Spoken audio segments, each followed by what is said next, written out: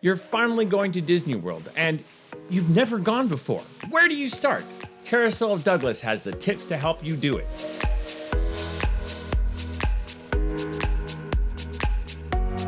So you're finally going to Disney World. There are 5 things that you really need to think about while you're planning your trip. It used to be able to do a lot more of the winging it thing, but now you really can't anymore. So here are the 5 things that we think you should have to do. So the first thing you need to determine is who is going on this vacation? Because when you're going to Disney World, it really does matter. If it's just 2 adults, that trip is going to be totally different from a family of 4 or even a group of 8. Who you are taking with you in your trip to Disney World is determining exactly how your vacation goes.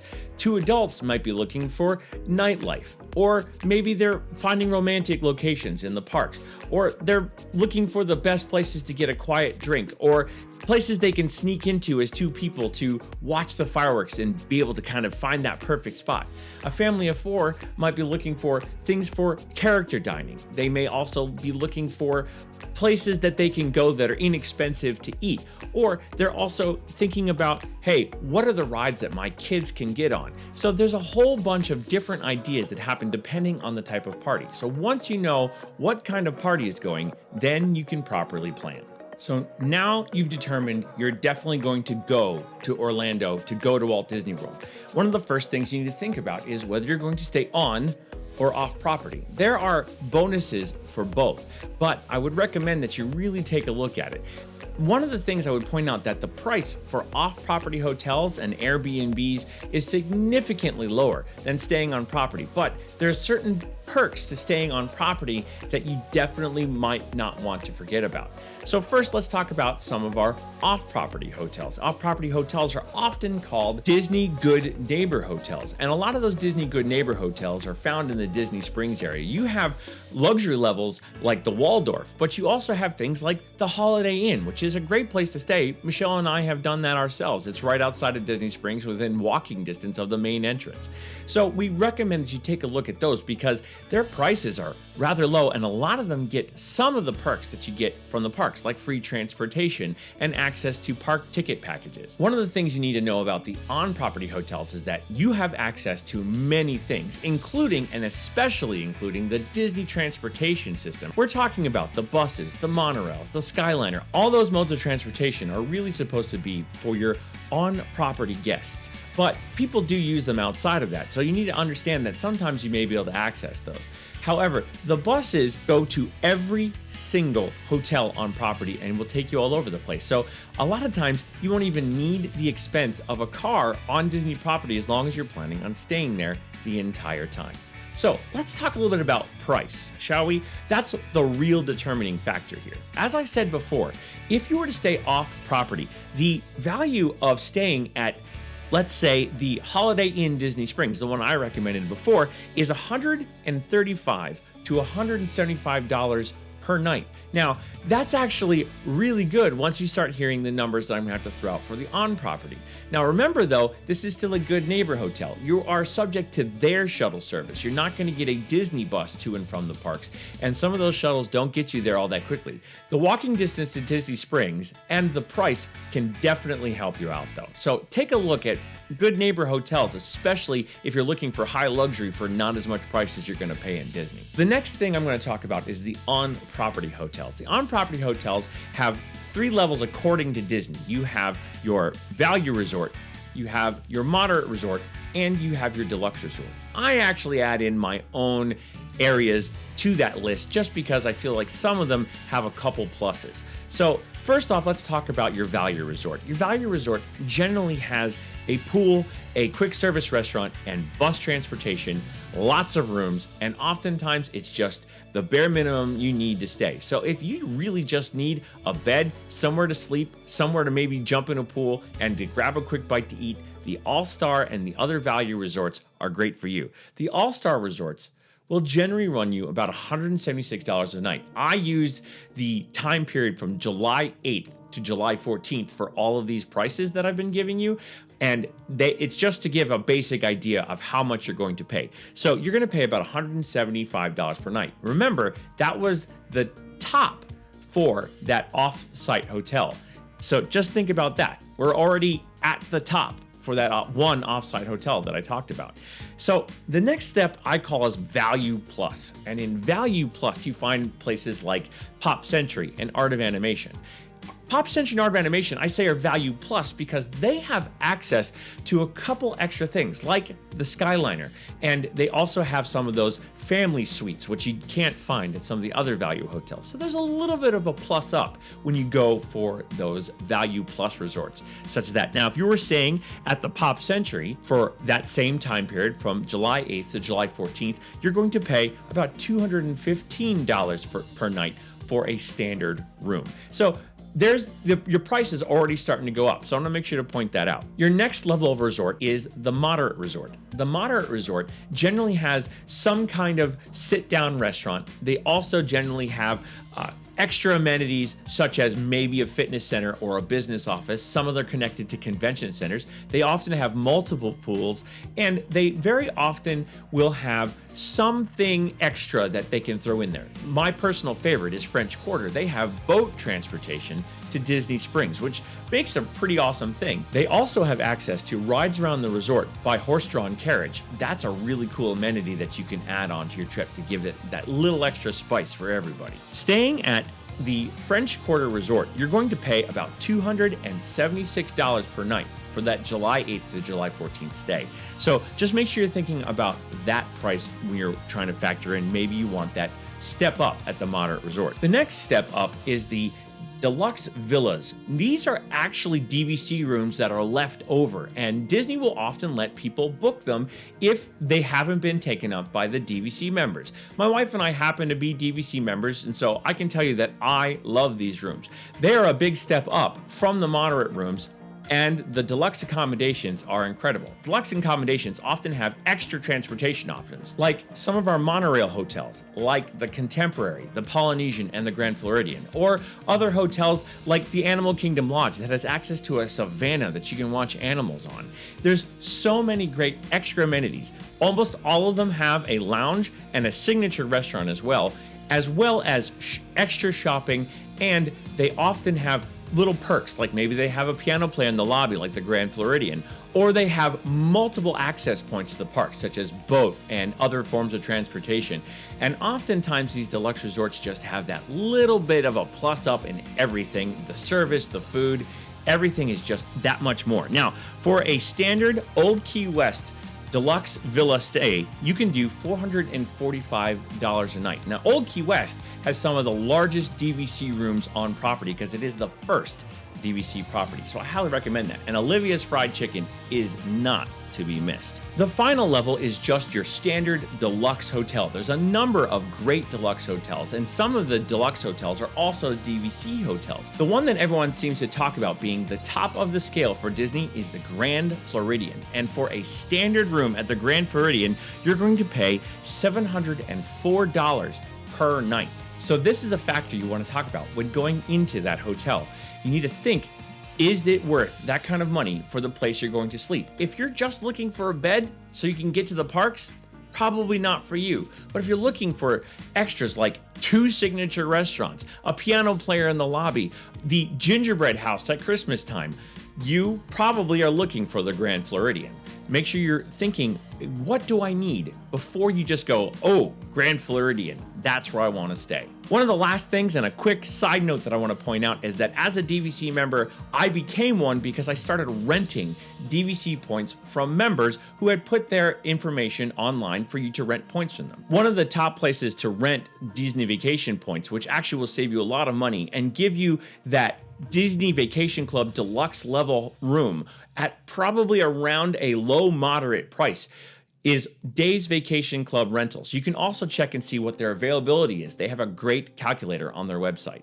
One final tip I want to add in about the hotel reservation is that Disney often puts up package deals for your hotel. You can always add that package deal on as long as you act quickly when they offer it. All you have to do is call up Disney and say, hey, I've got this Disney package at this particular hotel and you're offering 30% off, 15% off, 25% off, whatever it is. And generally, if you catch it fast enough, it is dependent on availability. You can usually get that added on to your package. So I recommend making the reservation, not waiting for those packages to come out and then adding it on later.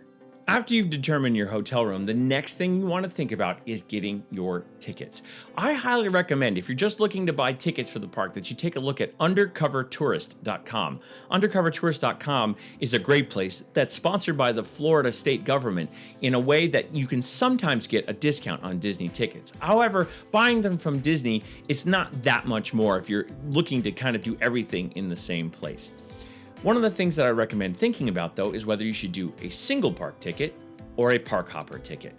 Both of those kinds of tickets really have their own benefits. Single park tickets means that once you enter a park, that's the park that you're in for the day. You can leave and come back to that park, but you cannot go to any other park for that day. Park hopper is exactly what it sounds like. You're able to hop from one park to another, and you can go to multiple parks in one day. If you want to do 4 parks in one day, go ahead and try that. By the way, I have a video on how to do that 4-day challenge that a lot of people try to do. I highly recommend that if you're going to do a park hopper. That could be a lot of fun. However, I'd like to point out for that same July 8th through July 14th trip that I've been talking about for the hotel rooms, the more days of tickets that you buy, the cheaper the tickets become per day. Disney kind of does that to kind of encourage you to buy more tickets. We're going to look at buying a 5-day ticket, regardless of what we choose, either the single park or the park hopper. There's also options to add water park, but right now we're just going to talk about these things. Water park kind of adds a complication to the mix. However, if you were going to buy a single park ticket for 5 days around that trip, starting on July 8th when you arrive for that trip that I've been talking about, you're going to pay $488 per person for their ticket. Then, if you're going to do a park hopper ticket, you're going to actually pay $573 per person for those same 5-day park hoppers. So I just want to point out that the price of those tickets is also subject to when you're trying to get the tickets. If you get them in July, like I'm talking about, they could be higher than they are in September when less people are in the parks. So thinking about when you're going to the parks is also a part of when you're getting those tickets. But I'm just using July as an example to keep it easy here today. One of the things I do want to mention, though, is the annual passes. Annual passes, which Michelle and I are members of, is a great way to get tickets to the park, especially if you're planning on going for extended periods of time or multiple times throughout the year. There are Florida resident annual passes, but currently all but one level of annual passes is suspended in the parks, but I'm sure that they're going to come back soon.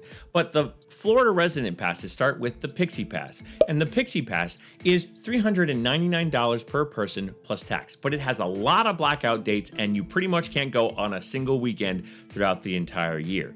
The next step up is the Disney Pirate Pass, and the Disney Pirate Pass is $699. There are definitely less days that are blacked out. You can go on some weekends, but most major holidays and peak times are blacked out. The next step up is the Disney Sorcerer Pass. This is actually for Florida residents or DVC members. All 3 of those levels that we've been talking about so far have been for Florida residents. And the Disney Sorcerer's Pass is $899 plus tax. Now, this one has very few blackout dates and mostly around major holidays that you have any blackout dates at all. It's not a lot whatsoever. And one of the things is that you have to be a Disney Vacation Club member or a Florida resident to still even get that one. So pretty much the only option for people outside of that is the Disney Incredipass, which is $1,299 plus tax per person. So if you're thinking about the fact that that single day park or the park hopper pass were $488 or $573 respectively, you have to think about the fact that you have to go to the park for at least 10 to 12 days for that annual pass to become worth the money that you're paying for it. So I just want to make sure to point that out for you. But annual passes do give you great discounts on all kinds of merchandise and food, like 10% off, and also sometimes offer other perks as well. So if you're considering an annual pass, think about how long you're going and see if it's worth it. Sometimes it's worth it for just one person to have it just for the discounts. So there's an idea as well. Once you have your tickets, the next step for the foreseeable future is that you have to make a park reservation. And Disney has created the park reservation system because of the pandemic and has continued it on as it's kind of waned out.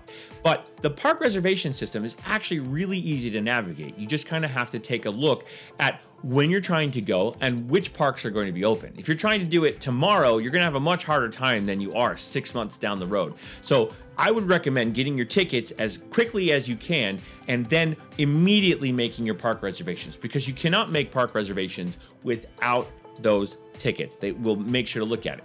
I'm going to show you an example now of what it looks like for me using my annual pass to get it. It's very similar to when you have regular tickets, but because I have an annual pass, I can look farther into the system. So here's an example of me showing you how to find a park reservation using my annual pass tickets.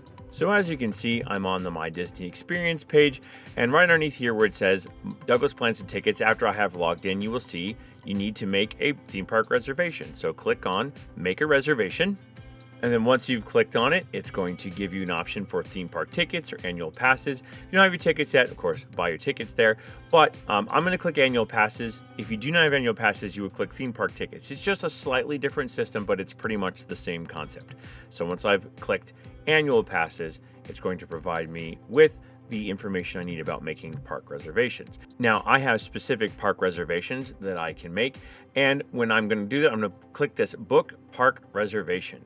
And so I'm going to pick the people in my party, and then I'm going to hit Continue. And now it's going to have me taking a look. Now I'm going to go ahead to that July dates that I've been using.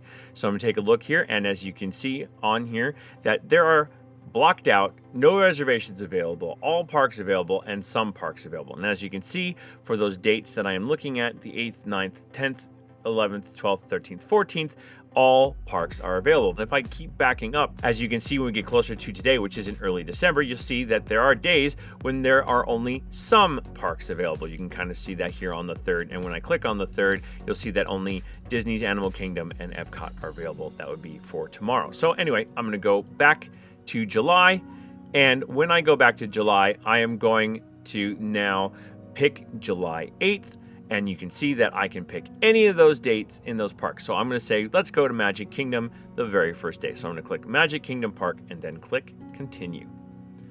And then it's going to say Review and Confirm. It's going to say the reservation date is for July 8th. It is for Michelle and I, who are both annual pass members.